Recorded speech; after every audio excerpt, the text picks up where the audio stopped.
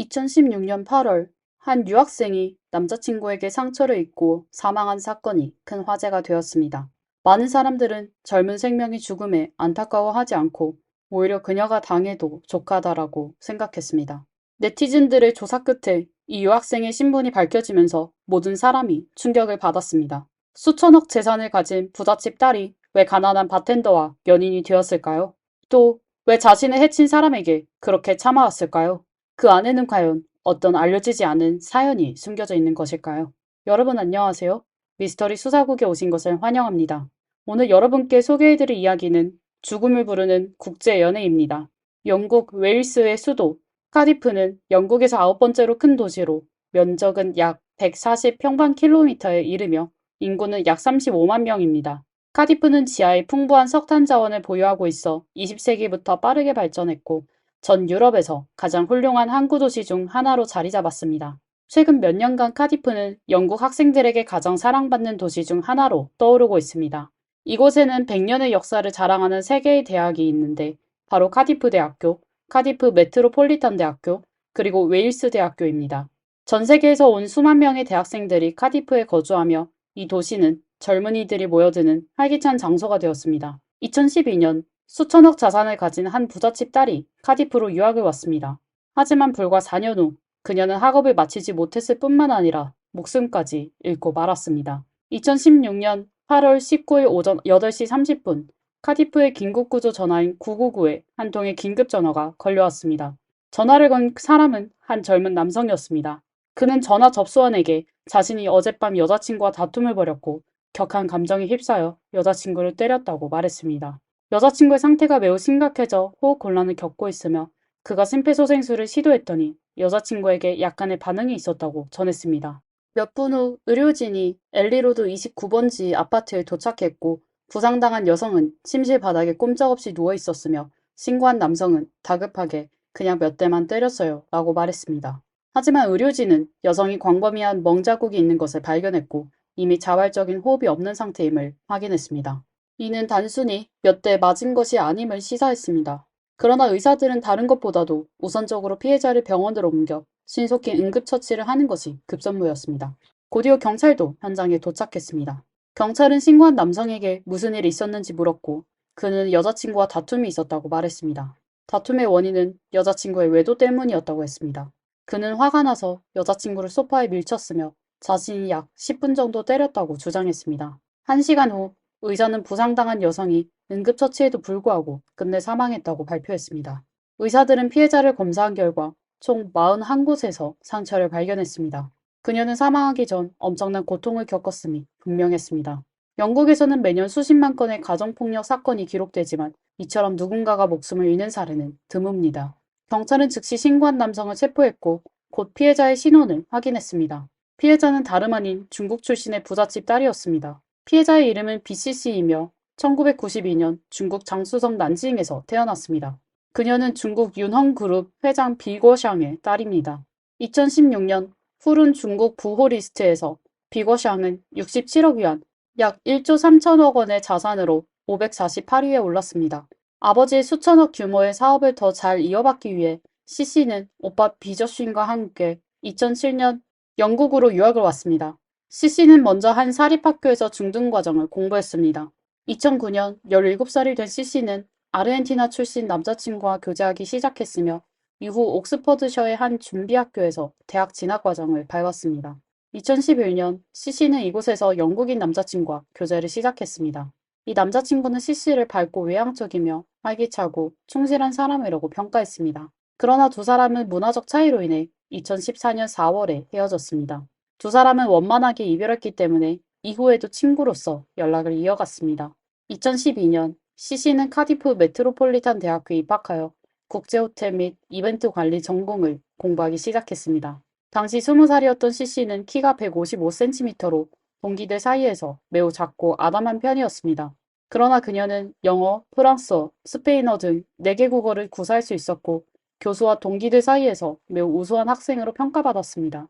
교수들은 CC를 활발하고 자신감 넘치는 소녀로 묘사했으며 그녀는 언제나 활기차고 웃음을 잃지 않는 학생이었습니다. 경영학부 교수는 CC가 항상 과제를 제 시간에 제출하고 성적도 우수하여 모범적인 학생이었다고 말했습니다. 웨일스의 학부 과정은 3년제로 CC는 2015년 6월에 학부를 졸업하고 같은 대학의 대학원에 합격하여 국제 비즈니스 관리 석사 과정을 시작했습니다. 학부 졸업을 2달 앞둔 2015년 4월경 CC는 한 데이팅 앱에서 영국 청년 조던 매튜스를 만났습니다. 매튜스는 CC와 동갑이었고 키가 크고 잘생긴 외모를 지니고 있었습니다. CC는 그를 처음 본 순간 사랑에 빠졌습니다. 매튜스의 직업이 단순히 바텐더였고 경제적으로도 어려움이 있었지만 CC는 전혀 개의치 않았습니다. 그녀는 적극적으로 매튜스를 쫓기 시작했고 그에게 값비싼 선물도 많이 사주었습니다. 하지만 매튜스는 CC를 만난 지 얼마 되지 않아 실직하게 되었습니다. CC의 금전적인 지원에 매튜스는 곧 마음을 열었고 두 사람은 연인 관계를 맺고 함께 살기 시작했습니다. 실직한 남자친구를 돕기 위해 CC는 두 사람의 집세를 지불했고 매튜스에게 옷과 음식 등 생활 필수품을 사주었습니다. 또한 매튜스에게 다양한 선물을 사주고 함께 해외여행을 가는가 하면 심지어 그에게 자동차까지 선물했습니다. 매튜스가 돈이 필요할 때는 CC에게 직접 요구하기도 했습니다.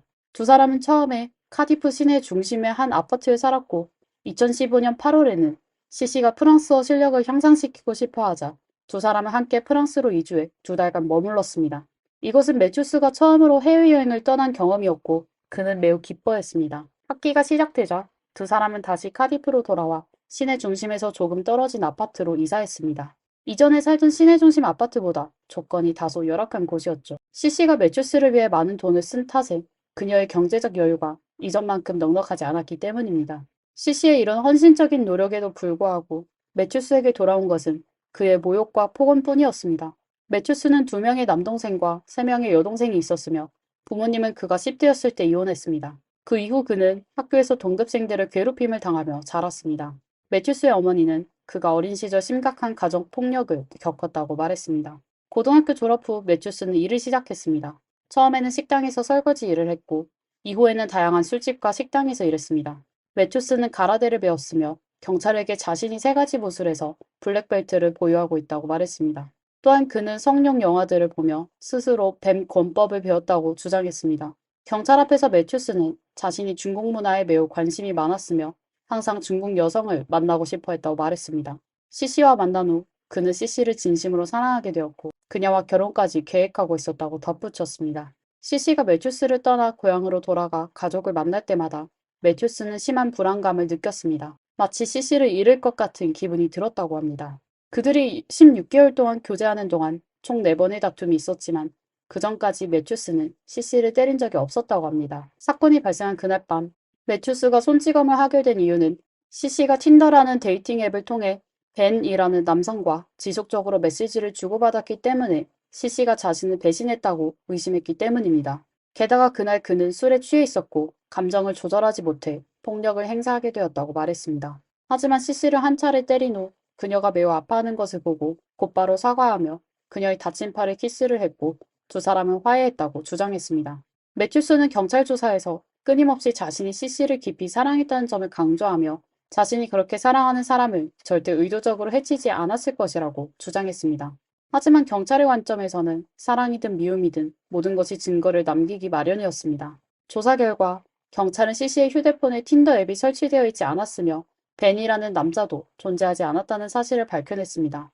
매튜스와 CC는 2015년 4월에 동거를 시작했지만 2016년 3월부터 두 사람은 자주 싸우기 시작했습니다. 그 이후로 CC는 점점 외향적이고 활발했던 성격에서 고립적이고 내성적인 사람으로 변해갔습니다. 그녀는 원래 좋아하던 명품 옷에도 더 이상 흥미를 느끼지 않았고 외모를 가꾸지도 않았습니다.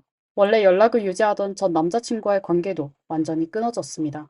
대학원 과정 중 CC의 수업 출석률은 점점 떨어졌고 과제도 제때 제출하지 못하는 경우가 많아졌습니다. 결국 그녀는 1년간 휴학을 할 수밖에 없었습니다.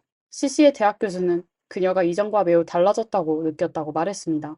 경찰은 CC와 매튜스 간의 메시지 기록을 조사한 결과 2016년 3월부터 매튜스가 CC에게 문자로 폭언을 하기 시작한 것을 발견했습니다. 이웃들은 이 커플이 살던 아파트에서 자주 비명소리와 한 여성이 고통스러워하는 울음소리가 들렸다고 증언했습니다. 심지어 매튜스가 CC에게 더러운 원조교제녀라고 폭언하며 언젠가 너를 사라지게 만들겠다라고 위협하는 소리도 들었다고 전했습니다.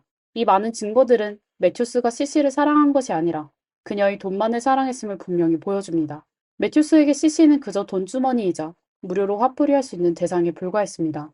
뿐만 아니라 그는 CC가 더 나아지는 모습을 견딜 수 없어 끊임없이 언어적으로 그녀를 모욕하고 자존감을 깎아내렸으며 학업을 마치는 것을 방해하고 심지어는 그녀에게 폭력을 행사하기까지 했습니다. CC의 한 친구는 CC의 눈가에 상처가 난 것을 본 적이 있다고 말했습니다. 친구는 당시 매우 놀랐지만 직접적으로 이유를 묻지 않고 돌려서 연애 중의 문화적 차이에 대해 이야기를 나누었습니다. CC는 친구에게 남자친구와 통제하려는 욕구가 강하고 감정 문제도 있는 것 같다고 털어놓았습니다. 이후 CC는 얼굴에 생긴 멍을 가리기 위해 진한 화장을 할 수밖에 없었습니다. 2016년 5월 CC는 오빠인 비저씬을 만났습니다. 비저씬은 동생이 한눈에 봐도 살이 많이 빠진 데다 눈 주위가 화장품으로도 가려지지 않을 정도로 검게 변한 것을 발견하고 무슨 일인지 물었습니다. 하지만 CC는 오빠가 걱정할까봐 시험 준비로 인한 스트레스와 피로 때문이라며 눈 밑에 생긴 다크서클이라고 둘러댔습니다. 이후 비저씬의 여자친구, 즉 CC의 올케가 그녀의 이상한 상태를 전해 듣고 개인적으로 무슨 일이 있었는지 물어보았습니다. 그제서야 CC는 매튜스가 자신을 폭행했다고 털어놓았습니다. 2016년 7월 사건 발생 한 달 전 CC는 턱뼈가 골절되어 병원에서 수술을 받았습니다. 그녀는 의사에게 자신이 계단에서 굴러 떨어졌다고 설명했습니다. 그러나 실제로 그녀와 매튜스가 살고 있던 집은 1층이었기 때문에 이 설명은 어딘가 어색했습니다.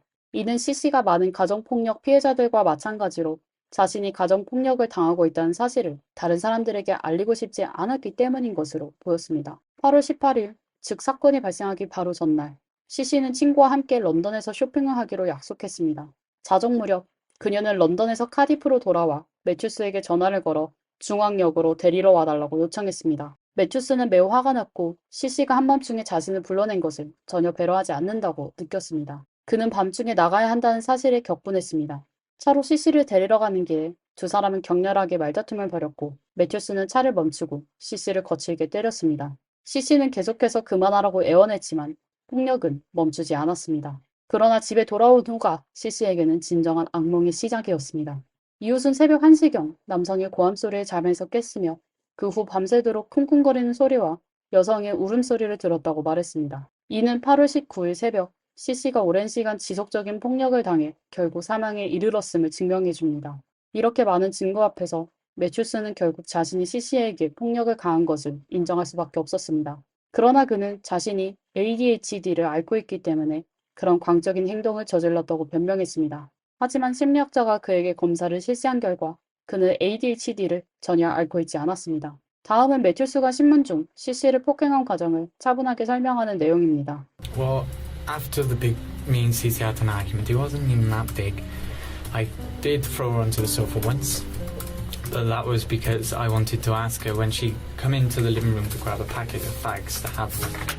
She said that she wanted one. I said, this really isn't the time right now to be sitting down and having a cigarette. I said, I want to talk about this. Which is then when I pushed her onto the sofa. But then, it wasn't very long at all before I asked her what she was doing. She would not, where she had been today and who she was with, and she just would not tell me. So I grabbed her by the front of her t-shirt with two hands. I picked her off the sofa, and then I dragged her with one hand around the sofa, and then I threw her into the bedroom. I picked her up from there. I threw her into the cabinet. I picked her up from there, and then, well, I punched her in the stomach. She said something really, I can't put my finger on it because I was picking her up. I didn't really catch it apart from the last bit. I just lost it the moment she said, because she said something like it before. I can't remember. It was something to do with her friend Ivy. I swear, because it's weird. But carrying on, and then after she said that, I instantly punched her pretty hard in the solar plex area around here. She instantly pretty much bent over, nearly dropped to the floor. I held her up with both my hands in front, under her arms, after I punched her, and then I could see that hurt. So I apologised to her. And then after that, then we just sat on the bed She had a little bit of water because she said she was thirsty and she spilt it everywhere the first cup. But and she literally necked 4 in a row of half pints of water, one after another. She wasn't even breathing, I promise you.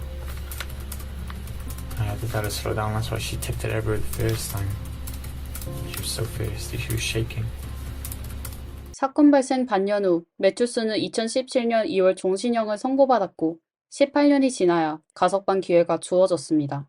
이 사건이 언론에 보도된 후 많은 논란을 불러일으켰습니다. 많은 사람들이 이런 의문을 제기했습니다. 왜 C씨는 부잣집 딸임에도 불구하고 폭행과 모욕을 당하면서도 악습에 찌든 가난한 남자를 떠나지 않았을까요? 매튜스 외에 잘생긴 남자가 없었던 것일까요? 이에 대한 이유를 C씨가 이전에 페이스북에 남긴 글에서 일부 찾을 수 있습니다. C씨가 올린 많은 사진 속에서 그녀는 입술을 꽉 다문 채 사진 촬영에 적합한 미소를 짓고 있습니다. 이는 그녀가 매우 자신감이 부족한 사람일 가능성을 보여줍니다. 15살 때 그녀의 부모는 그녀를 유학 보내기로 결정했지만 미성년자에게 낯선 환경은 매우 큰 스트레스의 원인이 될 수 있습니다. 이는 C씨가 정신적으로 의지할 대상이 부족한 상태로 성장하게 된 원인이 되었을 가능성이 있습니다. C씨는 2011년 11월에 이런 글을 올린 적이 있습니다. 나는 작은 비극이에요. 며칠 후에는 나를 이 세상에서 데려가죠. 라는 글을 다시 올렸습니다. 친구들이 무슨 일이 있는지 물어보자 그녀는 별일 아니라고 하며 부모님이 너무 큰 부담을 줘서 조금 견디기 힘들다고 설명했습니다. 이틀 뒤에는 자신을 실패자라고 표현하는 글을 넘겼습니다. 이러한 글들에서 C씨는 자신을 충분히 좋은 사람으로 생각하지 않았다는 점이 드러납니다. 게다가 이전의 두 남자친구와의 이별 경험은 그녀의 낮은 자존감에 더 큰 영향을 미쳤을 것입니다. C씨는 사람들 눈에 비친 일반적인 미인은 아니었습니다. 높은 콧대나 날렵한 턱선을 가지지 않았고 키도 크지 않으며 약간 통통한 체형이었습니다. 이 때문에 그녀는 8년 동안 다이어트를 계속했지만 기대한 만큼의 성과를 얻지 못했고 여전히 체형은 약간 통통한 상태였습니다. 오랜 기간 지속된 비관적인 마음가짐과 곁에서 조언해줄 부모가 없는 상황은 그녀를 점점 더 자신의 단점만 보게 만들었습니다. 반면 유럽 사회는 한 사람이 자신감 있고 밝게 살아가는 모습을 매우 긍정적으로 여깁니다. 그래서 C씨는 외부에 늘 활발하고 자신감 있는 모습을 보였고 그 누구도 그녀의 내면에 있는 문제를 알아채지 못했습니다. C씨는 매튜스를 만나고 나서 그의 잘생긴 외모에 큰 매력을 느꼈습니다. 이는 그녀가 스스로 부족하다고 느끼던 부분이기도 했습니다. 하지만 매튜스의 통제 욕구와 폭언을 직면하면서도 C씨는 부모나 친한 친구들에게 이를 털어놓지 않았습니다. 그래서 그녀에게 어떤 관계가 건강한 관계인지, 어떤 남자친구가 한 여성이 헌신할 가치가 있는지를 알려줄 사람이 없었습니다. C씨는 폭언과 폭력을 당하면서도 계속해서 매튜스에게 사과했고, 이는 매튜스의 그녀에 대한 통제 욕구를 더욱 강화시켰습니다. 사실 매튜스와 같은 사람에게는 끊임없는 인내와 타협이 결코 존중과 사랑을 가져다 주지 않습니다. 오히려 더 큰 상처와 고통을 불러올 뿐입니다. 오늘의 이야기는 여기까지입니다. 여러분은 건강한 남녀 관계가 어떤 모습이어야 한다고 생각하시나요? 그리고 가정폭력에 대해서는 어떤 의견을 가지고 계신가요? 댓글로 여러분의 생각을 남겨주세요. 영상이 마음에 드셨다면 좋아요와 구독도 잊지 말아주세요. 항상 저희 채널을 사랑해주시고 응원해주셔서 진심으로 감사드립니다. 여기는 미스터리 수사국이었습니다. 다음 영상에서 다시 만나요.